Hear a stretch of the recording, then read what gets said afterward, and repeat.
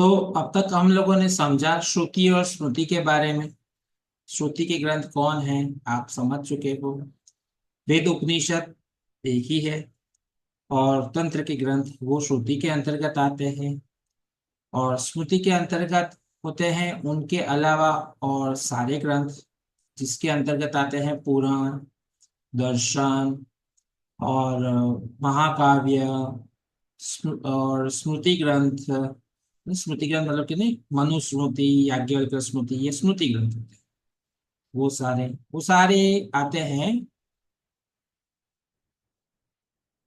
स्मृति के अंदर। राइट।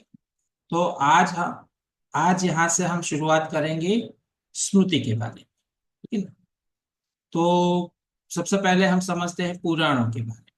पुराणों के जो ग्रंथ हैं उनके बारे में समझने की कोशिश करें। क्यों रचे गए पहले तो ये समझते हैं, पुराणों के ग्रंथ रचने की जरूरत क्या पड़ी।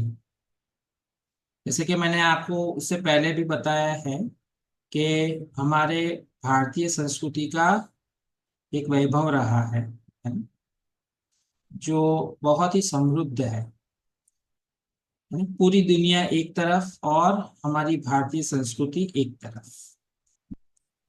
अ, विकास की दृष्टि से या तो फिर वैभव की दृष्टि से सब स्तर पे बहुत ही बेहतर।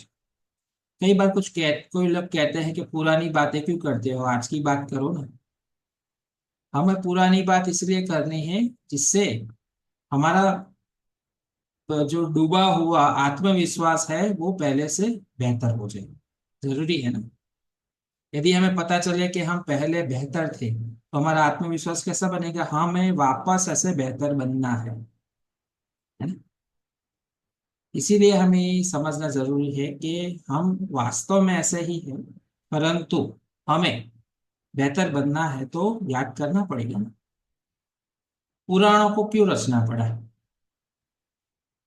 महर्षि वेद व्यास जिन्होंने वेद का विस्तार किया, उन्होंने वेद को विस्तारित तो किया, उसमें से उपवेद भी बने, उसका प्रचार भी हुआ, वेद का प्रचार हुआ, उपवेद का प्रचार हुआ। फिर ब्राह्मण, आरण्यक और उपनिषद भी वेद के भीतर जुड़ गए। वेद और वेदांत की रचना भी हो गई। ये सारी चीजें होती रही अपने अपने जगह पे, धीरे धीरे हो रही थी। पर फिर भी जन सामान्य को ज्ञान नहीं पहुंच रहा था। उसके कारण उनके भीतर जो विकास होना चाहिए था, जो उनके भीतर जो जीवन में बदलाव आना चाहिए था, वो नहीं आ रहा था। तो महर्षि वेदव्यास ने ये सोचा कि क्यों ना हम एक ऐसी ग्रंथमाला बनाए कि जिसमें राजा महाराजे, उस समय के राजा महाराजे या उस समय से पहले वाले सतयुग के और त्रेता युग के, द्वापर युग के समय में जो राजा महाराजे हुए हैं, ऋषि मुनि हुए हैं, देवता हुए हैं, है ना, इन और सामान्य मनुष्य हुए हैं, उनको लेके कुछ ऐसी अ, कथाओं को तो हम जैसे धागे में मोतियों को परोते हैं हम, उस प्रकार से उसको कहने के माध्यम से हम वेद की बातें, वेद का ज्ञान हम उनको प्रस्तुत करें। मैं सिर्फ ज्ञान ये की बातें बताऊं और मैं आपको दृष्टांत के साथ बताऊं तो दोनों में अंतर पड़ता है कि नहीं, आसान हो जाता है ना। दृष्टांत बहुत काम की चीज होती है। तो उन्होंने पुराणों की रचना की है जिसमें मिथक नहीं था। आगे जाके पुराण को माइथोलॉजी कहा है। मिथ का अर्थ होता है कि असत्य, ये अंग्रेजी शब्द गलत है उसके लिए।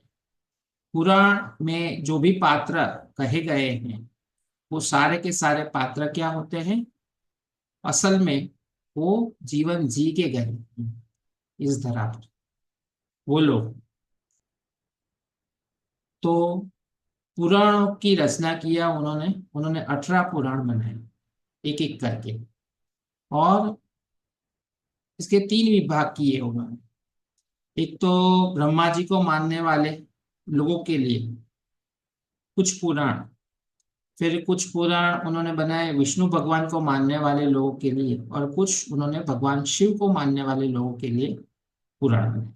तो ऐसे करके छः छः और छः पुराण, है ना, ऐसे 18 पुराण उन्होंने बनाए। उनका तात्पर्य ये था कि जन सामान्य के बीच में हम हमें ये वेद का ज्ञान पहुंचाना है तो देवी देवता के माध्यम से पहुंचा सकते, और देवी देवता की कथा के माध्यम से हम उन्हें कुछ आदर्श प्रस्तुत करें, तो उन आदर्शों को देख के वो अपने भीतर बेहतर जीवन को गढ़ना शुरू करें। जैसे कि जैसे कि सत्य का पालन करवाना है, तो उन्होंने कौन सी कथा कही? सत्यवादी राजा हरिश्चंद्र की, है ना। आदर्श राजा कैसे होना चाहिए, तो उन्होंने भगवान श्री राम की कथा कही। व्यवहार कुशल राजनीतिज्ञ कैसा होना चाहिए, तो उन्होंने भगवान श्री कृष्ण की बातें कही, है ना। तो ऐसी ऐसी ये बातों को लेते हुए उन्होंने सारी चीजें पुराणों में व्यक्त किया। तो अभी आप समझ सकते हो पुराण क्या होते हैं, है ना? और गहराई से समझते हैं। पुराण का शाब्दिक अर्थ होता है प्राचीन और पुराना। तो कितना प्राचीन और कितना पुराना? सतयुग, त्रेता युग और द्वापर युग, उतना पुराना। पुराणों की रचना मुख्यतः संस्कृत में हुई है, किंतु कुछ पुराण क्षेत्रीय भाषाओं में भी रचे गए हैं। आगे जाके उसको क्षेत्रीय भाषा में कन्वर्ट कर दिया। हिंदू और जैन धर्म दोनों में ही पुराणों की रचना हुई है। ऐसा नहीं कि सिर्फ हिंदुओं के हिंदू का अर्थ क्या होता है, पहले तो ये आपको स्पष्ट होना चाहिए।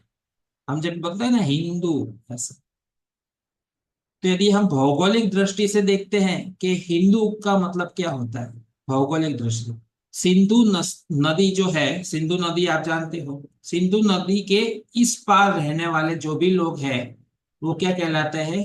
हिंदू कहलाते हैं। सिंधु नदी ना, उसके इस पार रहने वाले जो लोग हैं वो हिंदू कहलाते हैं। तो ये भौगोलिक दृष्टि से। और मानव जाति के विषय में हिंदू शब्द का मतलब क्या होता है? कि जो लोग वेदों को मानते हैं ना, जो लोग वेदों को मानने वाले लोग हैं, जिनके जिनको हम कहते हैं आस्तिक दर्शन को मानने वाले जो लोग हैं, है ना, वेदों को मानने वाले जो लोग हैं, उनको हम क्या कहते हैं? हिंदू, राइट। जिसे वर्तमान समय में हम क्या कहते हैं? सनातन धर्म को मानने वाले। और जो लोग वेदों को नहीं मानते हैं उन्हें क्या कहते हैं? नास्तिक कहते हैं। ईश्वर को मानना ना मानना उससे कोई लेना देना नहीं है आस्तिक नास्तिक का।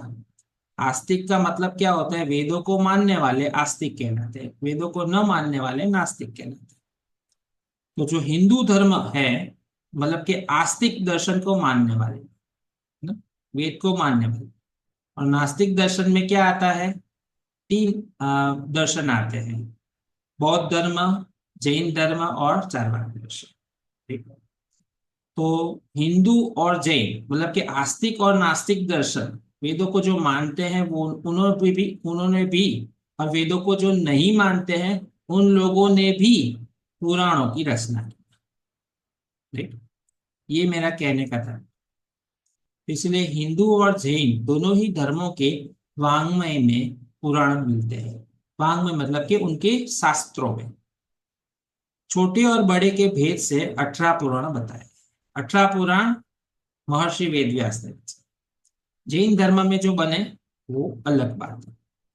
पुराण भारतीय धर्म, संस्कृति और इतिहास का महत्वपूर्ण साहित्य है। पुराण शब्द का अर्थ है प्राचीन कथाएं। तो कितनी प्राचीन?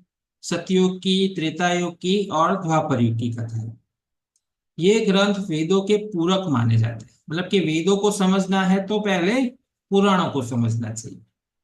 और इनमें धर्म, दर्शन, इतिहास, खगोल शास्त्र, भूगोल रचना सृष्टि के विकास का वर्णन करता है। पुराण सरल भाषा में लिखे गए हैं ताकि आम जनता उन्हें समझ सके। पुराण केवल धार्मिक ग्रंथ नहीं है, परंतु ये भारतीय इतिहास, समाज, दर्शन का गहन स्रोत है। इनसे हमें संस्कृति, परंपराएं, जीवन के आदर्शों को समझने में सहायता मिलती है।